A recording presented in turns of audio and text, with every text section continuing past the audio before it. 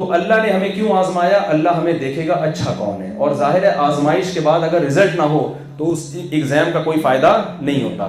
آپ examination hall میں بیٹھے تھے، پیپر آیا، آپ نے کہا سر رزلٹ کب اناؤنس ہوگا؟ کہہ رہے اس دفعہ انتظامیہ نے فیصلہ کیا رزلٹ اناؤنس ہی نہیں ہوگا۔ اسی وقت آپ پیپر پھاڑ کے نکل جاؤ گے نا باہر، کیا خیال ہے؟ تو اللہ بھی کہہ رہے میں تمہیں ایگزامینیشن ہال میں بھیجا ہے دنیا میں تاکہ میں دیکھوں کون اچھا اور کون برا۔ تو یقیناً اس کی علامت ہے کہ ایک دن ہوگا جس میں ہمیں حساب بھی دینا پڑے گا، جس میں اس کو اچھے لوگوں کو بدلہ ملے گا جنت کی صورت میں، برے لوگوں کو عذاب کی صورت میں سزا ملے گی۔ تو میں جو بات کر رہا تھا کہ اچھے کی ڈیفینیشن بھی وہ ہے جو اللہ نے کی ہے۔ اچھے کی ڈیفینیشن آپ نے گورے سے نہیں پوچھنی، اس کے ہاں بہت ساری چیزیں اچھے کی ڈیفینیشن سے نکل، ان میں جو سمجھدار لوگ ہیں وہ تو آ رہے ہیں مذہب کی طرف، وہ آواز اٹھا رہے ہیں اس پہ کہ اسلام کی طرف آنا چاہیے۔ اس پہ مستقل انشاءاللہ میں بیان کروں گا کسی وقت۔ تو وہ بہت سے آپ کی طرف آ رہے ہیں اور آپ کیا کر رہے ہو؟ اسی کلچر کی طرف وہ بیزار ہیں، یہ ہومو سیکشولیٹی وغیرہ کے نعروں سے وہ خود بیزار ہیں، وہ مجبور ہو کے کر رہے ہیں سب کچھ، وہ خوش نہیں ہیں۔ آپ کو پتہ ہے یو کے میں جب یہ قانون پاس ہونے لگا تھا ہومو سیکشولیٹی سے متعلق، وہاں کی اسمبلی کا ایک ممبر تھا، غیر مسلم تھا، اس نے کہا کہ آج مجھے احساس ہو رہا ہے کاش ہمارا مذہب اسلام ہوتا، ہمارا مذہب کیا ہوتا؟ اسلام، تاکہ اس برے اور غلیظ قانون کو ہم اپنے کنٹری میں پاس نہ ہونے دیتے۔ لیکن کوئی مذہب نہیں ہے تو عقل سے ہم کیسے اس کے خلاف آواز اٹھائیں؟ عقل تھوڑی ہر جگہ انسان کو گائیڈ کرتی ہے۔ تو میرے بھائی، میں اور آپ کو اللہ نے پیدا کیا ہے آزمائش کے لیے۔ اللہ دیکھنا چاہتا ہے تم میں اچھا کون ہے اور برا کون، اور اچھے اور برے کو ڈیفائن کس نے کیا ہے؟ اللہ نے۔ تو میں مختصر میں اچھے کی کچھ ڈیفینیشن، اسلام کسے اچھا کہتا ہے وہ بیان کر دیتا ہوں، 4 سے 5 منٹ لوں گا انشاءاللہ۔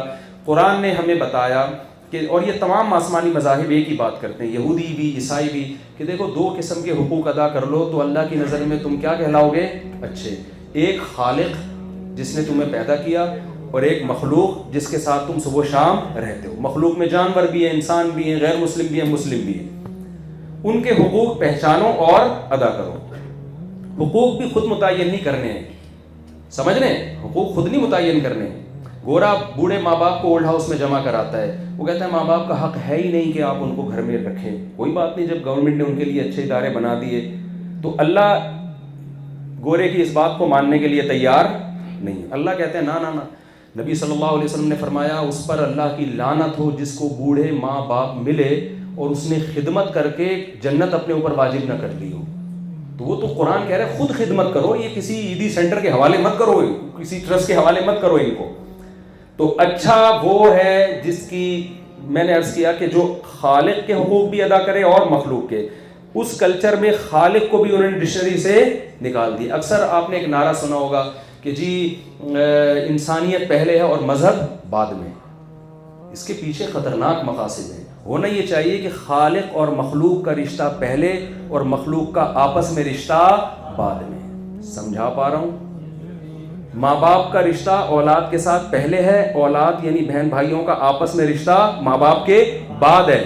تو جس نے بنایا ہے وہ پہلے ہے، بلکہ مخلوق کا آپس میں رشتہ بھی خدا کے کہنے سے ادا ہو رہا ہے، وہ اور اسٹرانگ رشتہ بن جاتا ہے اگر ہم خالق کو مانتے ہیں۔ تو خالق کے حقوق کیا ہیں؟ سب سے پہلا حق یہ ہے کہ اس کے وجود کو مانا جائے۔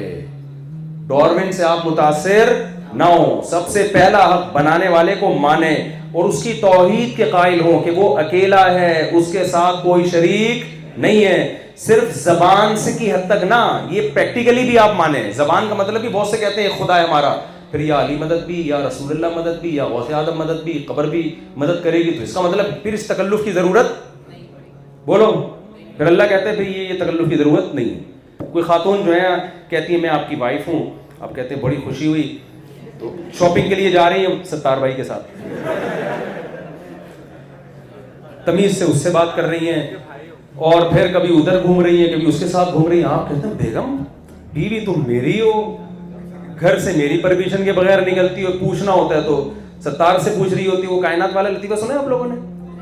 وہ ایک آدمی کی، سنا یار پرانا ہو گیا، ایک بندے کی شادی ہوئی نا، تو اس کی بہت ساری گرل فرینڈ تھی پہلے سے، تو اچھا سوری نہیں اس کی نہیں تھی، یا تھی نہیں تھی ہمیں نہیں پتا، لیکن خیر اس سے جب شادی ہوئی ہے اس کی، تو وہ یہ کہنے لگا کہ اپنی بیوی سے کہتا ہے دلہن سے کہ آج سے تم میری کائنات، یعنی میری کل کائنات تم، وہ مقصد یہ نہیں تھا کہ کوئی گرل فرینڈ ہے، آج سے تم میری کائنات، تم میری راحت اور تم ہی میری فرحت ہو. تو وہ سمجھی کہ اپنی گرل فرینڈس کے نام بتا رہا ہے. اس نے کہا ٹھیک ہے پھر وسیم بھی تم، راشد بھی تم، سلیم بھی تم. بیچارہ پریشان ہے یہ کہانی کیا ہے. وہ سمجھی کہ اس نے کہا کہ چلو میں نے ساری چھوڑ دی تو ہم بھی بتا رہے ہیں. تو میں یہ عرض کر رہا تھا، کیا عرض کر رہا تھا یار، یہ بات ہی دماغ سے نکل گئی. یہ لطیفہ نے سارا وہ، ہاں میں عرض کر رہا تھا کہ اب آپ کسی کی بیوی جو ہے نا وہ ادھر ادھر گھوم رہی ہے، کبھی اس کے ساتھ کبھی اس کے ساتھ بیٹھی ہوئی ہے اور شاپنگ پہ نکلی ہوئی، آپ کو غصہ آ رہا ہے، غیرت آ رہی ہے یار مجھے لفٹ کرا نہیں رہی، تو آپ پھر کہتے ہیں کہ دیکھو میں تمہارا شوہر ہوں. بیگم کہتی ہے میں سچے دل سے ایمان لاتی ہوں کہ آپ میرے شوہر ہیں، لیکن آپ کو غصہ آئے گا بیگم یہ تکلف خدا کے لیے نہ کیا تھا. شوہر کا مطلب پھر بھائی ہسبینڈ والی محبت سے مجھے دو نا.